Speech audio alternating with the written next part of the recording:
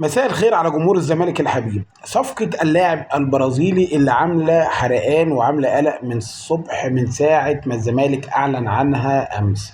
لاعب حريف وبيجيد التحرك وبيجيد المراوغة ولاعيب كبير. فأنا بقول لجمهور الزمالك اللاعب ده هيبقى مكسب كبير جدا لنادي الزمالك، ولسه سنه 22 سنة وموقع 4 سنين وجايب مبلغ، حتى لو جايب 1,800,000 زي ما كل المواقع عمالة تقول، وأنا أشك في هذا الموضوع. لكن صفقة كبيرة وهتفيد الزمالك وصفقة سوبر بكل معاني الكلمة.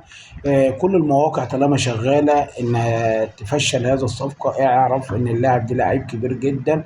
وشوف الاستلام، بتشوف الاستلام والتحكم في الكورة. فأنا من وجهة نظري لعيب كبير ولعيب هيفيد نادي الزمالك جدا في الناحية الأمامية، لأن الزمالك كان يفتقد لاعب عنده المهارة، عنده المراوغة، بعكس زيزو كان بيعتمد على اللياقة البدنية فقط لا غير.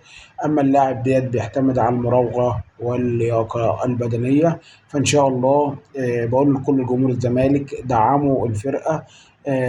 ممكن يحصل دروب في اول ماتش، يحصل دروب في الدوري، لكن دعموا وخليكم واقفين ورا الفريق، وان شاء الله هتشوفوا تيم كبير جدا وتيم تقيل جدا جدا جدا. لازم ندعم كل اللعيبه، ما تمشوش ورا بعض الناس اللي بتحاول تفشل التجربه اللي ناجحه، لان الجواب بيبان من عنوانه.